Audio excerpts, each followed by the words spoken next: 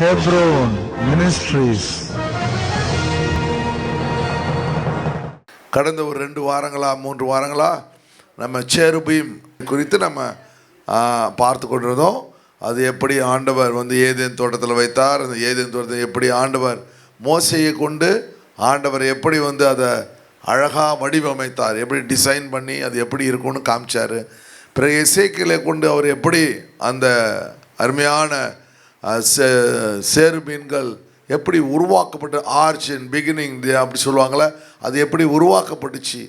பிறகு அந்த சேருபீன்கள் எவனுடைய அப்பியரன்ஸ் என்ன, ஆரிஜின் அப்பியரன்ஸ் அது எப்படி இருக்கும், பிறகு அதனுடைய கேரக்டர்ஸ் என்ன அப்படின்னு பார்த்தோம். இன்றைக்கு நம்ம பார்ப்போம் அந்த கேருபீன்கள். வாசிங்க. அந்த கேருபீன்கள் தங்கள் சட்டைகளை உயர விரித்து, அந்த கேருபீன்கள் எப்படி தேவன் உருவாக்கினால், தேவனால் உருவாக்கப்பட்ட அந்த கேருபீன்கள் தன் சட்டைகளை உயர விரித்து சட்டைகளால் கிருபாசனத்தை மூடுகிறவைகளும் ஒன்றுக்கொன்று எதிர்முகம் உள்ளவைகளுமாய் இருக்க கடவது. கேருபீன்கள் முகங்கள் கிருபாசனத்தை நோக்குகிறவர்களாய் இருப்பதாக. எங்க ஆண்டவர் அந்த கேருபீன்களுடைய காரியங்களை சொல்றார், செயல்பாடுகளை கத்துற ஆக்டிவிட்டிஸ் சொல்றாரு. என்னன்னா 10வது பாயிண்ட், அவர்கள் தன்னிடத்து பிரகாசத்தை ஞானத்தையும் மற்றவர்களுக்கு கொடுக்கிறார்கள். அப்போ உங்களுக்கு இருந்த ஆண்டவர் உங்களுக்கு இருந்த ஞானம் இல்லை, தேவனிடத்தில் பெற்றுக்கொண்ட ஞானம். அதில் வேதாகமத்தில் நீ கற்றுக்கொண்டவைகள், நல்ல பாடல்கள், இவெல்லாம் மற்றவங்களுக்கு நீங்கள் என்ன பண்ண வேண்டும், சொல்லித்தரணும். யாருக்கும் சொல்லித்தர மாட்டேன்னு சொல்லி நீங்கள் இருக்கவே கூடாது. மற்றவங்களுக்கு ஆண்டவரை குறித்து சொல்லி தரணும், ஞானத்தை போதிக்க வேண்டும். அதுக்கப்புறம் என்ன பண்ண 11வது காரியம், தேவனுடைய சிங்காசனத்தை பாதுகாக்க அவர்கள் உருவாக ப்ரொடெக்ஷன், கார்டியன்ஷிப். அவர்கள் தேவனுடைய சிங்காசனத்தை பாதுகாக்கிறதுக்கு அதுபோல நீங்களும் நானும் சபையை பாதுகாக்க வேண்டும். அல்லேலூயா. என் சபை, என்னுடைய மக்கள் தேவனுடைய ராஜ்யத்திற்கு எங்களை மனவாட்டி சபையாய் கர்த்தர் அழைத்திருக்கிறார். ஹல்லேலூயா. இன்னைக்கு காலையில் பார்க்கும்பொழுது ரொம்ப அருமையாக இருந்துச்சு. எல்லாம் ஒயிட் ட்ரெஸ், ஒரு 2-3 பேர் தான் கொஞ்சம் கலரில், அவங்களும் கொஞ்சம் கொஞ்சமாக மாறிக்கிட்டு இருக்கிறாங்க. அவர் பாருங்க ரொம்ப அழகாக சின்ன பிள்ளைங்கள்லாம் ஒயிட் ட்ரெஸ் போட்டுச்சு. இதை நான் இப்போ சினாடுக்கு சொல்லி கொடுத்துட்ருக்கேன். ஃபஸ்ட் வீக் எல்லாம் ஒயிட் ட்ரெஸ்ஸில் வரணும் அப்படின்னு சொல்லி நான் சொல்லி கொடுத்துட்ருக்குறேன். தேவன் அதை வருகிற நாட்களில் கர்த்தர் என்ன பண்ணுவார், அழகாக அந்த ஒரு ஃபஸ்ட் வீக்கு. அது நார்மலாக பெண்டிகாஸ்ட் சர்ச்சில் வந்து நார்மலாக 4 வாரம் மூடுவாங்க. ஆனால் வந்து இப்போது வந்து அதை நம்ம ஃபோர்ஸ் பண்ணுறதில்ல. ஆனால் அது ஆண்டவர் என்ன பண்ண, ஒரு வாரமாவது போட வேண்டும் என்று ஒரு கொஞ்சமாக அது ரூலாக மேண்டிட்ரியாக கொண்டு வந்துட்டுருக்குறோம். ஆண்டவர் ஆசிரியப்பார். ஃபஸ்ட் வீக்கு கம்யூனியன் வீக்கு நம்ம எடுக்கும்பொழுது ஆண்டோடைய சமூகத்தில் நாம் ஆண்டவர் தேவன் நம்ம உள்ளத்தையும் பரிசுத்தமாக்கோ, நம்முடைய உடையும் பரிசுத்தமாக்கோ கர்த்தர் பெரிய காரியங்களை கர்த்தர் செய்வார். அதனால் ஒரு ஒயிட் ட்ரெஸ்ஸு எடுத்து வச்சிங்க. எப்போவுமே சில பிள்ளைகளுக்கு ஒரு ஒயிட் ட்ரெஸ் எடுத்து வச்சுங்க ஃபஸ்ட் வீக்கில் போடுறதுக்கு. மற்ற நாளே எது வேணாலும் போட்டுக்கிட்டோம். அது ஆண்டவருக்கு ஏதோ ஒரு சின்ன காரியங்களை செய்யும் பொழுது தேவன் அதில் மகிமைப்படுவார். 12வது காரியம் பாருங்களேன், தேவனிடத்தில் தெய்வீக தொடர்பு கொண்டவர்கள், டிவைன் கனெக்ஷன். அப்போ ஏசா யாக்கோபுன்னு 2 பேர் இருக்காங்க. ஏசாவுக்கு டிவைன் கனெக்ஷன் இல்லை, ஆனால் யாக்கோபுக்கு கர்த்தர் டிவைன் கனெக்ஷன் கொடுத்துருக்கிறார். அல்லேலூயா. அவன் பார்க்கும்பொழுது தேவதூதர்கள் ஏறுகிறது இறங்குதுமான காரியங்கள் செய்கிறாரு. ஆனால் அந்த டிவைன் கனெக்ஷன்னால தான் அவனுடைய சந்ததியை கர்த்தர் 12 பிள்ளைகளையும் 12 கோத்திரங்களாய் மாற்றி ஆசீர்வதிக்கின்றார். உங்களுக்கு எனக்கு என்ன இருக்க வேண்டும், டிவைன் கனெக்ஷன், ஒரு தெய்வீக தொடர்பை கர்த்தர் கொடுத்திருக்கிறார். ஹல்லேலூயா. நீங்கள் ஆராதனை வேலையில் ஜெபம் பண்ணும்போது ஆண்டவர் தரிசனங்களை கொடுப்பார். தரிசனங்களை வீட்டில் மாற்றமல்ல, ஆராதனை வேலையில் நீங்கள் வரும்பொழுது ஆண்டவர் உங்களுக்கு தரிசனங்களை கர்த்தர் கொடுப்பார். போன வாரங்களில் ஒரு காரியத்துக்காக ஜெபிச்சுட்டு இருக்க, அந்த காரியத்தை என்னன்னு சொல்லி ஆண்டவர் எனக்கு காமிச்சிட்டு சரின்ட்டு அப்படியே ஜெபம் பண்ணிட்டு அதை நான் என்ன பண்ணேன், அதை கொஞ்ச நேரம் ஜெபம் பண்ணிட்டு விட்டுட்டேன். அடுத்த நாள் என்ன ஒரு போதகர் பார்க்க வர்றாரு. பார்க்க வந்தவொடனே அவர் சொல்கிறாரு, நான் உங்களை பார்க்க வந்தேன் ஐயா, தப்பாக நினச்சிக்காங்க, நான் காசுக்காக வரலையா, ஒன்று சொல்லிட்டு போக வந்தேன் ஐயான்னாரு. என்னன்னா அந்த காரியத்தை அப்படியே சொல்கிறாரு அவர். எனக்கு ஒரு தரிசனம் காமிச்சாரியா, அந்த தரிசனத்தை சொல்லிட்டு போக வந்தையா அப்படி சொல்லிட்டோன்னா நான் என்ன தரிசனம் போது அந்த தரிசனத்தை காமிக்கிறாரு. அப்போ எனக்கு ரொம்ப ஆண்டவர் டபுள் கன்ஃபர்மேஷன் கொடுத்தனால அவன் என்ன பண்ண, நான் அப்ரிஷியேட் பண்ணி அவருக்கு ஒரு கிஃப்டை கொடுத்து அனுப்பிச்சேன். அதுபோல் நாம் வந்து இந்த டிவைன் கனெக்ஷனில் இருக்கும் பொழுது ஆண்டவர் எல்லாவற்றையும் உறுதிப்படுத்துவார். எது உங்களை எழுந்து போனாலும் அதை குறித்து நீங்கள் கவலைப்படவே மாட்டீங்க. உங்களுக்கு ஒரு விசுவாச நம்பிக்கை வரும். இதை பார்க்கலும் பெரிதானவங்களை கர்த்தர் செய்ய போகிறார். ஹல்லேலூயா, ஹல்லேலூயா. அப்போ 13வது பாயிண்ட் என்ன பண்ணுது அப்படின்னு பார்த்தோம். தேவதூதர்கள் சேராபீன்கள் பரிசுத்தர் பரிசுத்தர் பரிசுத்தர் என்று எப்பொழுதும் துதிப்பார்கள். அதுபோல ஆண்டவரை நாம் எப்பொழுதும் துதிக்க கடமை உள்ளவர்களாய் இருக்கிறோம். அப்போ துதிக்கலாம் தூக்கி போடப்பட்டான்னு போன்ற பார்த்தோம். அப்போ நம்ம என்ன பண்ணோம்? ஆண்டவரை குறித்த சிந்தனை அதிகமாய் பேச வேண்டும். அல்லேலூயா. ஆண்டவரை குறித்து வேத வசனங்கள், ஆண்டவருடைய திட்டங்கள், ரகசியங்கள், வருகால் காரியங்கள், ரெண்டாம் வருகை இவையை குறித்து அதிகமாய் சிந்திக்க வேண்டும். 14வது காரியம், அவர்கள் தேவனிடத்தில் சேரும் பாக்கியத்தை பெற்றுக்கிறார்கள். they have the privilege of being with God. இல்லையா? தேவனுடைய அருகாமை நீங்களும் நானும் தேவனுடைய சமூகத்தில் சேருகிற பாக்கியத்தை கர்த்தர் கொடுத்துருக்காங்க. யாருக்காவது இருக்க அந்த பாக்கியம், யாருக்கும் கிடைக்காத ஒரு பெரிய பாக்கியம். இதுதான் ரகசியங்கள், இதுதான் இந்த புத்தகத்தினுடைய ரகசியங்கள். ஒரு சேராபீன்களை குறித்து இத்தனை பெரிய திட்டங்களை ஒரு சேராபீனுக்கு கொடுத்துருக்காருன்னா, அவருடைய சாயலிலே உருவாக்கப்பட்ட உங்களுக்கு எனக்கும் எவ்வளோ பெரிய திட்டங்களை கொடுக்க தேவன் வல்லமை உள்ளவராக இருக்கிறார். ஹல்லேலூயா. 15 சிம்பிள் ஆஃப் இன்னசென்ஸ் அப்படின்னா கள்ளம் கபடம் இல்லாதவைகள். ஹல்லேலூயா. ஏதோ ஆண்டவர் சொல்கிறார் அப்படியே செய்வாங்க. ஏன் ஆண்டவரே, எதுக்கு ஆண்டவரே அப்படின்னு சொல்லி 10 கொஸ்டின் கேட்டுட்டு இருக்க மாட்டாங்க. இது இப்படி இருக்குமோ, அது அப்படி இருக்குமோ, இது இப்படி முடிஞ்சிருமோ, அது அப்படி முடிஞ்சிருமோ, இப்படிலாம் கேட்க மாட்டாங்க. அவர் சொன்னார், செய்கிறான், அவ்வளோதான். போ, பறந்து போனா பறந்து போ, இதை செய்யணும் செய், துதிக்குன்னா துதி, பரிசுத்தனா பரிசு, வேற ஒன்றும் மாற்றாத.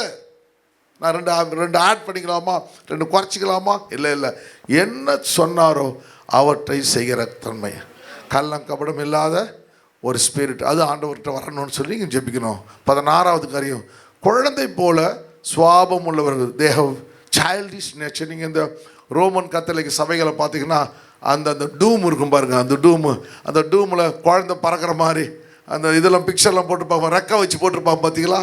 அப்போ இதுலேருந்து எடுத்து தான் அதெல்லாம் அந்த தேவதூதர்கள் பண்ண அந்த குழந்தை சுவாபம் உள்ளவர்களை போல நீங்கள் எப்படி இருக்க வேண்டும்? குழந்தை சுவாபம் உள்ளவர்களாக. குழந்தைக்கு எதாவது தெரியுமா? ஒன்றுமே தெரியாது.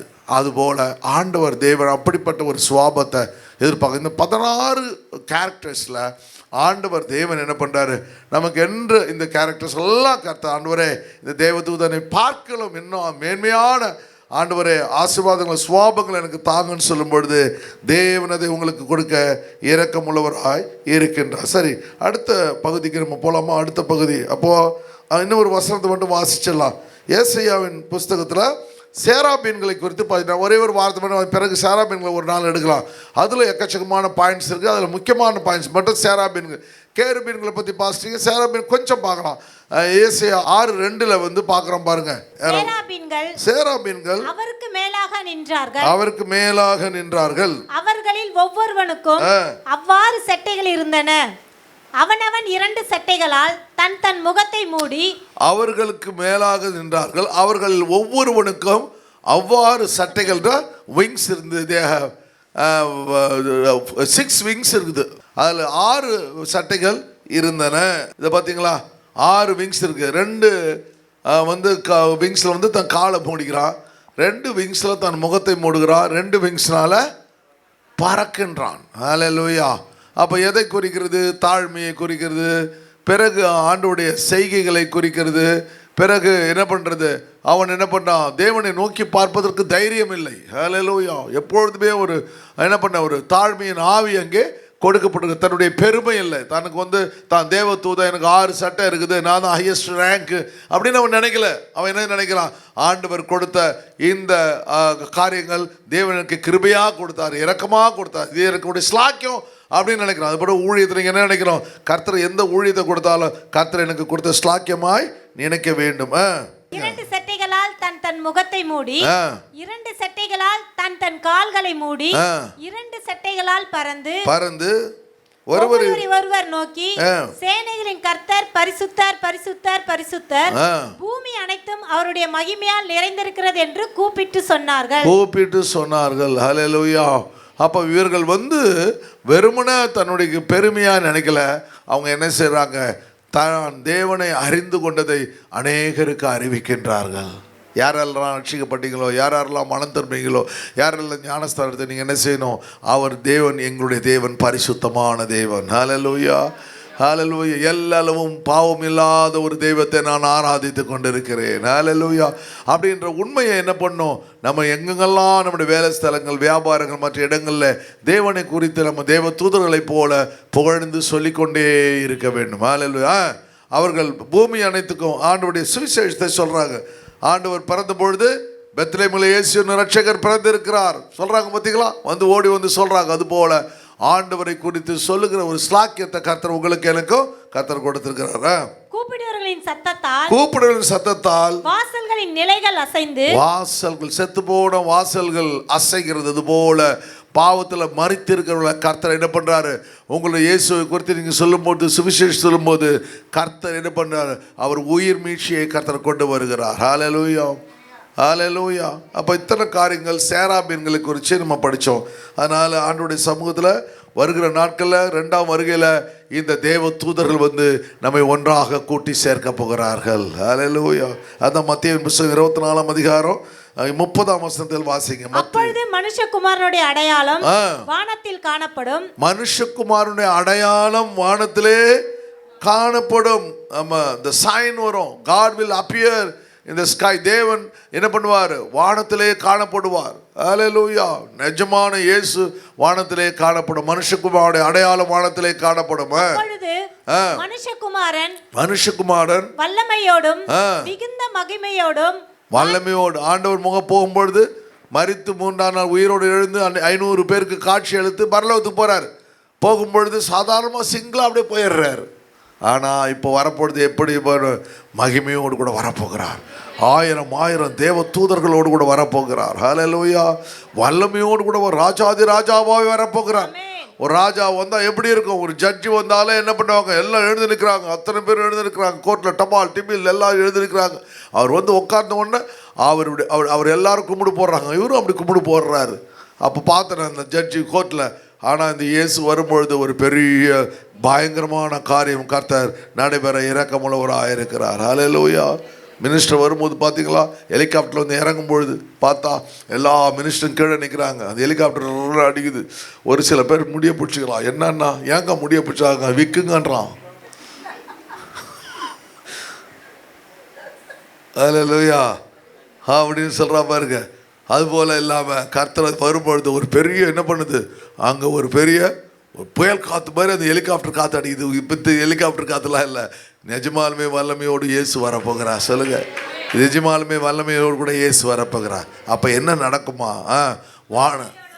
வானத்தின் மேகங்கள் மேல் வருகிறதை பூமியில் உள்ள சகல கோத்திரத்தாரும் கண்டு புலம்புவார்கள். இன்னைக்கு நம்மளை பார்த்து வெறுப்பேத்தணுமா, இன்னைக்கு நம்மளை பார்த்து ஏளனமா பேசுறோமா, இயேசு பத்தி மோசமான வார்த்தையை பேசுவேன், அன்னைக்கு தலையில அடிச்சுக்கிட்டு அழுவான். ஹalleluya. தலையில அடிச்சுட்டு அழுதுவான். நீ என்ன சொல்வ, ஐயோ எத்தனையோ முறை சொன்னேனே, இப்போ அடிச்சு அழுது என்ன பிரயோஜனம் சொல்லி கர்த்தர் உங்களை அந்த வானத்துக்கு மேலே எடுத்து செல்வார். ஹalleluya. ஒரு பெரிய உயர்வு எலிவேஷனை கர்த்தர் கொடுப்பார். அப்ப என்ன நடக்கும் பாருங்க, வலுவாய் துணிக்கும் எக்கால சத்தம். ஹalleluya. ஒரு பெரிய காலதோஷம், பயங்கரமான ஷோஃபர் சவுண்டு கிடைக்கும். அது பூமியினுடைய எல்லா இடங்கள்லையும் சத்தம் கேட்கும். இந்த சங்கு ஊதுனா கேட்குது பாருங்க. அப்படியே எங்கே பார்த்தாலும் பயங்கரமான ஒரு சவுண்டு கேட்குது. ஒரு வந்து ஆம்புலன்ஸ் போனால் ஒரு கேட்குது பாருங்க சவுண்டு, எல்லா வாகனங்களும் வழி விட்டுடுது பாருங்க. அதுபோல் ஒரு பெரிய எக்கால சத்தம், உலகம் முழுவதும் பயங்கரமான சத்தம் கேட்க ஆரம்பிக்கும் பொழுது அப்பொழுது ஆண்டவர் இந்த தேவ தூதர்களை கொண்டு வருவார். இந்த தேவ தூதர்களுக்கு தான் தெரியும். ஏன்னா நீங்கள் ஆராதிக்கும் போது உங்களோடு கூட இருந்து ஆராதித்தவர்கள் இல்லையா, நீங்கள் பிறந்த நாட்களிலிருந்து உங்களோடு கூட உங்களை கவனித்து கொண்டு இருக்கிற அந்த தேவ தூதர்களுக்கு யார் தேவனால் தெரிந்து கொள்ளப்பட்டவர்கள் அவர்களுக்கு மாத்திரமே தெரியும். ஏன்னா பியூட்டிஃபுல்லாக வச்சுருக்காரு பாருங்க, பாயிண்ட் அந்த இடத்துல வச்சுருக்காரு பாருங்க. கண்டவனோடு பிக்கப் பண்ண மாட்டான். அவனுக்கு கரை யார் சர்ச்சுக்கு ஒழுங்காக வந்தா, யார் ஞானஸ்தானம் நடத்தா, யார் பரிசுத்தாவின் அபிஷேகத்துக்கு இவ்வளோ மேட்டர் இருக்குது. அவ்வளோ ஞானத்தை கர்த்தர் அவனுக்கு கொடுத்துருக்கிறார். அவன் மெமரி பவரில் வச்சுருப்பான். பார்த்துருக்க முனியம்மா 3 மாதம் சபைக்கே வரலையே முனியம்மா, அவனை முனியம்மா விட்டுடுவான். ஹல்லேலூயா. கோவிந்தம்மா நீ ஒழுங்கா சபைக்கு வந்த கோவிந்தம்மா, 3 மாதம் இல்லை, நீ 6 முறை பைபிள் ஸ்டடியிலேருந்து எல்லாத்தையும் வந்த ஆமாம். அப்போ முனியம்மா விட்டுட்டு கோவிந்தம்மாவை அவன் பிடிச்சிடுவான், தூக்கிட்டு வந்த உடனே என்ன பண்ணுவான், ஆண்டவர் என்னவா அவரால் அவரால் தெரிந்து கொள்ளப்பட்டவர்கள். அவரால் எவரால? எவரால? இயேசுவினால தெரிந்து கொள்ளப்பட்டவர்கள். இந்த தேவதூதருக்கு மாத்திரம்தான் தெரியும். ஏன்னா அவன் கவனிச்ச சபைக்கு வரத கவனிக்கிறான். அந்த தேவதூதருக்கு தெரியும் அவரால் தெரிந்து கொள்ளப்பட்டவர்களை வானத்தின் ஒரு முனையிலிருந்து கருப்பா சிவப்பா வெள்ளையா அவனுக்கு அவள அவனுக்கு தெரியும். இந்த ஆள் ஜீவ புஸ்தகத்திலே பேர் எழுதப்பட்டவன், இந்த ஆள் ஜீவ பேர் எழுதப்பட்டவள், இவர்கள் தேவனுடைய பிள்ளைகள் அவனுக்கு தெரியும். அவன் கரெக்டா பிக்கப் பண்ணுவான். அவர்கள் எல்லாம் என்ன பண்ண முதற்கொண்டு ஒரு முனை முதற்கொண்டு மறுமுனை மட்டும் 4 திசைகளிலும் இருந்து கூட்டி சேர்ப்பார்கள். அடுத்த வசனம் சரி, அது லேட் ஆகிடும். அப்போ கூட்டி சேர்த்து அவர்களை கர்த்தர் என்ன பண்ணுவார்? தன்னோடு கூட பரலோகத்துக்கு கொண்டு செல்வார். இதுதான் 2ஆம் வருகை. அல்லேலூயா. ஆண்டவர் எங்க ஆரம்பிச்சு ஏதேன் தோட்டத்தில் ஆரம்பிக்கிறாரு, அவருடைய காரியங்களை காமிக்கிறாரு. கடைசியில வருகையிலே தேவதூதர்களை உபயோகப்படுத்துகிறார். அல்லேலூயா. அதுபோல நீங்களும் நானும், இந்த பூமியிலே உருவாக்கப்பட்ட நீங்களும் நானும் கடைசி வரையிலும் அவரோடு கூட பரலோகத்துக்கு செல்ல வேண்டும். அல்லேலூயா. அவர்கள் கொடுத்த ஊழியத்தை அவர்கள் விட்டுவிடவில்லை, அவர்கள் கொடுத்த தரிசனத்தை அவர்கள் விட்டுவிடவில்லை, அவருடைய கொடுத்த பொறுப்புகளை அவர் விட்டுவிடவில்லை. அதுபோல் எந்த பொறுப்புகளை தேவன் உங்களுக்கு கொடுத்தாரோ, உங்கள் வேலை சுமையின் மத்தியில், உங்கள் வீட்டு சுமையின் மத்தியில் தேவனுக்கு சந்தோஷமாக செய்ய வேண்டும். சலிப்போடு கூட ஒரு நாளும் ஊழியம் செய்யக்கூடாது. என்னடா அப்படின்னா ஆண்டவர் கட்டாயமா எடுத்து. நான் அடிக்கடி சொல்லுவேன், ஆண்டவர் எல்லா ஊழியக்காரங்களுக்கு ஒரு நாளும் நீங்கள் ஊழியத்தை என்ன செய்யாதீங்க, சலிப்பாக செய்யாதீங்க. ஹல்லேலூயா, ஹல்லேலூயா. நாலு ஆண்டவர் தேவன் பரிசுத்தாவியானவர் உங்களோடு கூட. 4வது காரியம் பார்ப்போமா? 4வது காரியம் பாருங்க, கேருபீன்கள், சாட்சியினுடைய கேருபீன்கள். 25 சந்திப்பேன் கிருபாசனத்தின் மீதிலும். இப்போ கடைசியா பாயிண்ட் முடியுது. ஆண்டவர் அங்க முதல்ல அது தகுடாய் அடிக்கப்பட வேண்டும், எப்படி செய்யப்பட வேண்டும் என்று அந்த கேட்கிறாரு. கடைசியில் இப்பொழுது ஆண்டவர் சொல்றாரு, நான் இதெல்லாம் செஞ்சு முடிச்ச உடனே ஆண்டவர் சொல்றாரு, நான் உன்னை சந்திப்பேன். நம்ம ஊழியெல்லாம் ஒழுங்காக நிறைவேற்றினா அந்த தேவன் நம்மை சந்திப்பார். ஒரு கார்பெண்டர்கிட்ட ஒரு என்ன செய்வாங்களாம், யூதர்கள்லாம் சொல்லியிருக்கோம் பாருங்க. அந்த முடிஞ்ச உடனே அந்த வேலையை முடித்த உடனே அந்த கார்பெண்டர் என்ன பண்ணுவாராம், அந்த வேலை முடிச்சுன்னா அந்த டூல்ஸை அந்த அந்த அந்த அந்த அந்த இது மேலே வச்சுருப்பாராம். இது மேலே ஒரு டேபிளில் செய்ய கொடுத்துட்டு போகிறாரு வச்சுக்கோங்க. ஒருத்தவர் யூதர்களுடைய பழக்க வழக்கம் தெரிஞ்சுங்க. ஒரு டேபிள் ஒரு கார்பெண்டர் செய்கிறாரு, அந்த வேம்பாயன் டேபிளை செஞ்சு கொடுத்துருப்பா அப்படின்னு சொன்னால் உடைய செஞ்சு முடித்த உடனே அந்த யூதன் என்ன பண்ணால், செஞ்சு முடித்த டேபிளை அழகாக ஃபினிஷ் பண்ணிவிட்டு அந்த டூல்ஸ் எந்த டூல்ஸ் கொண்டு செஞ்சாரோ அந்த டூல்ஸ் அந்த கருவிகளை அது மேலே வச்சுருப்பாராம். வச்சுட்டு அதில் எவ்வளோ பணம்னு எழுதியிருப்பாராம்.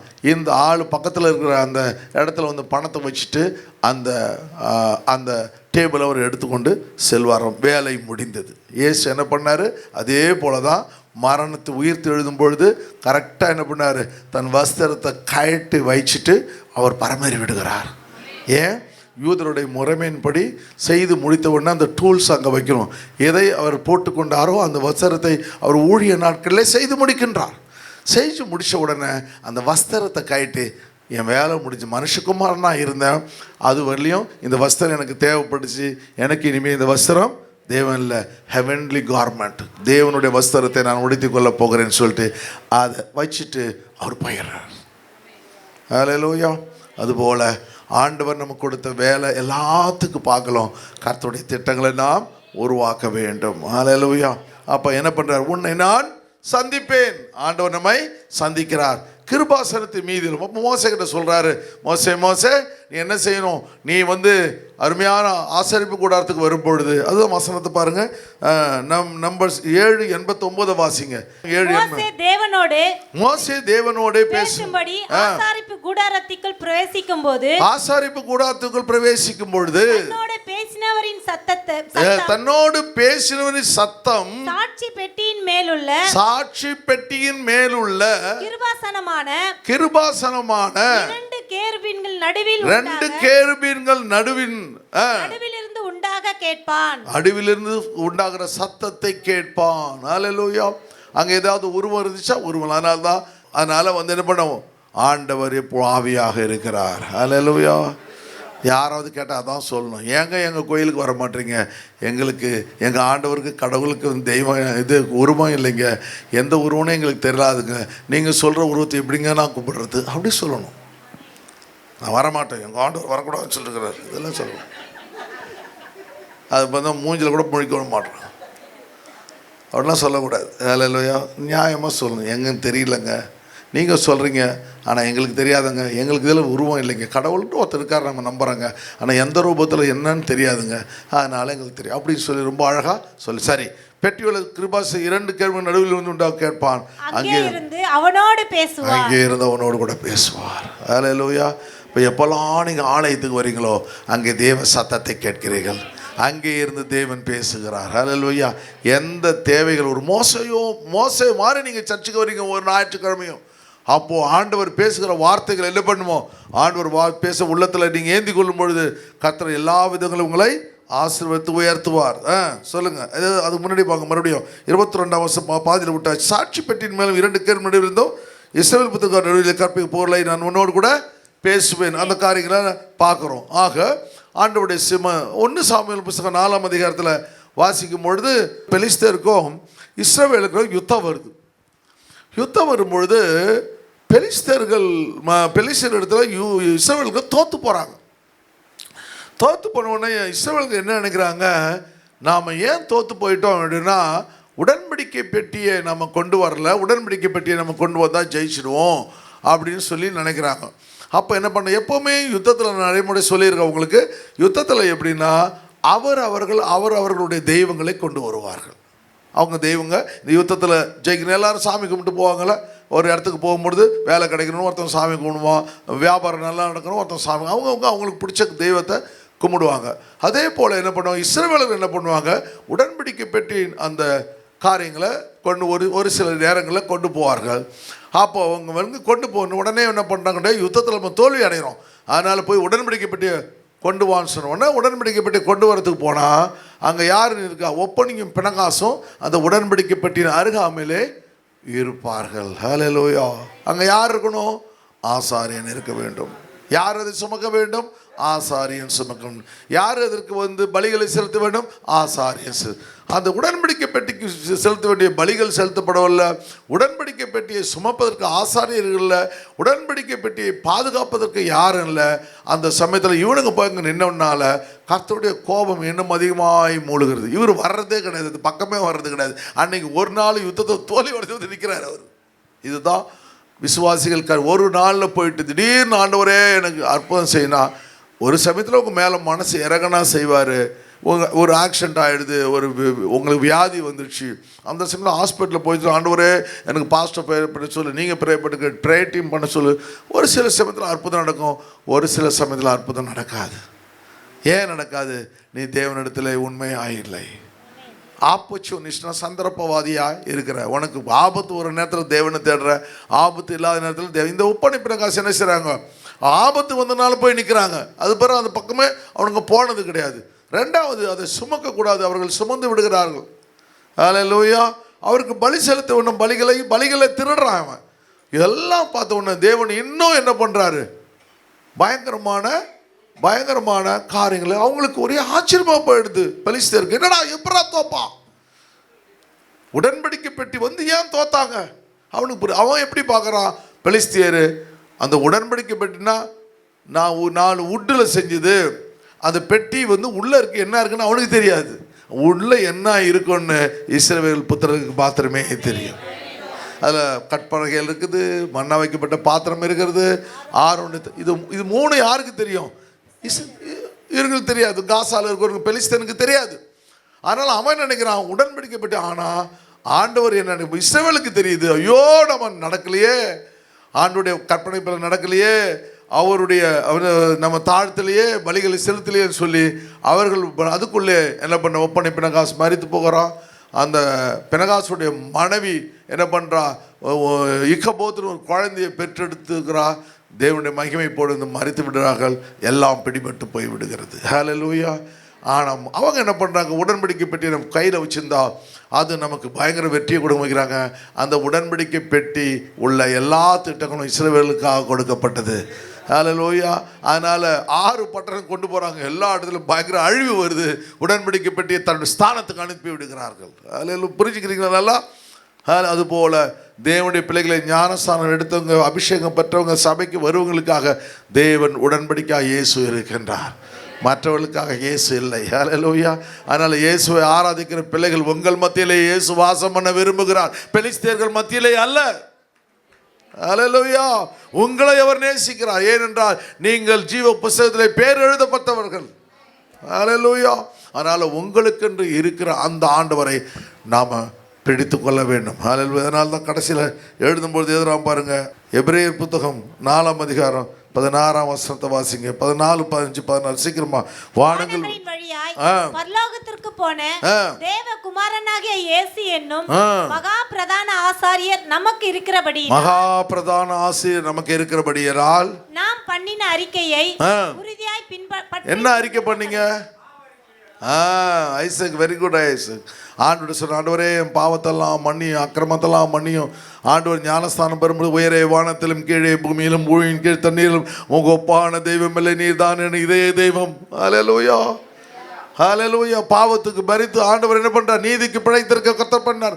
அதை உறுதியாய் பற்றிக்கொள்வோம். நம்முடைய பலவீனங்களை குறித்து பரிதபிக்க கூடாத பிரதான ஆசாரியர் நமக்கிராமல் எல்லா விதத்திலும். உங்களுக்கு ஒரு வியாதி வந்துச்சு, அந்த வியாதி அப்படியாம்மா கவலைப்படாதம்மா ஜெபிக்கிறேன் அப்படி சொல்லுவாங்கல்ல. எனக்கு ஐயா நான் ராத்திரெல்லாம் வயிற்று வலியால் நான் துடித்தேன் ஐயா, அல்சருக்குன்னு ஆண்டவர் டாக்டர் சொல்லிட்டாரு, அப்படியாம்மா ஜெபிப்பம்மா. ஆனால் இயேசு இப்படி சொல்ற அந்த வலி அவர் பெற்றிருக்கிறார். ரெண்டுத்துக்கும் வித்தியாசம் இருக்குல்ல. ஹல்லேலூயா, ஹல்லேலூயா. ஒரு குழந்தை பிறந்தவங்க, குழந்தை பெற்று எடுக்கிறவங்களும் குழந்தையுடைய வலி தெரியும் இல்லையா? மற்றவங்களுக்கு தெரியுமா? வலி தெரியாது. அதுபோல் அந்த பாடுகளை பட்ட இயேசு உங்களுக்கு பிரதான ஆசாரியராக இருக்கிறார். நீங்கள் என்ன பாடுல போறீங்களோ அந்த பாடுகளை அவர் பெற்று விட்டார். அப்படிப்பட்ட ஒரு கடவுள் நமக்கு இருக்கிறார். எவ்வளோ பெரிய பெருமை பார்த்தீங்களா? நமக்காக பாடுபட்ட ஒரு இயேசு நம்மோடு கூட இருக்கிறார். அதனால அவன் அழகாக எழுதுகிறான், பிரதான ஆசை நமக்கிறாமல் எல்லா விதங்களும் நம்மை போல சோதிக்கப்பட்டும் பாவம் இல்லாமல் இருக்கிற பிரதான ஆசாரியரே நமக்கு இருக்கிறார். இன்னும் அழகாக எழுதுகிறான் 16ஆம் வசனம், அதனால் நாம் இரக்கத்தை பெறவும் ஏற்ற சமயத்தில் சகாயம் செய்யும் கிருபையை அடையவும் கிருபாசன தண்டையிலே சேர தைரியமா. எனக்கு கட்டாயமா விடுதலை உண்டு, எனக்கு கட்டாயமா உயிர் மீட்சி உண்டு, கட்டாயமா சுகம் உண்டு, கட்டாயமா கர்த்தர் என்னை ஆண்டவர் சிறையிருப்பை கர்த்தர் மாற்றுவார் என்று அவருடைய சமூகத்திலே சேரக்கடும். ஹல்லேலூயா. 4 காரியங்களை கர்த்தர் இந்த 2-3 வாரங்கள் நம்மோடு கூட பேசினார். ஒன்று என்ன பார்த்தா, நம்பர் ஆண்டவர் அந்த தங்கத்தினால கேருபீன்கள் எதற்காக செய்யப்பட்டது. 2வது அந்த கேருபீன்கள் எதற்காக அந்த கிருபாசனத்தில் வைக்கப்பட்டது. 3வது அந்த கேருபீன்களுடைய வேலைகள் என்ன. 4வது அந்த கேருபீன்கள் சாட்சியாய் மாறிவிடுகிறது. ஹல்லேலூயா. அவர்கள் உங்களையும் என்னையும் தேவனுடைய சாட்சியுடவராய் பரலோகத்திலே கொண்டு போய் சேர்க்கிறார்கள். நீங்களும் நானும் சாட்சியாக இருந்தால் நாம் அவர்களோடு கூட பரலோகத்துக்கு போவோம். கர்த்தர் தாமே உங்களை ஆஸ்வதிப்பாராக.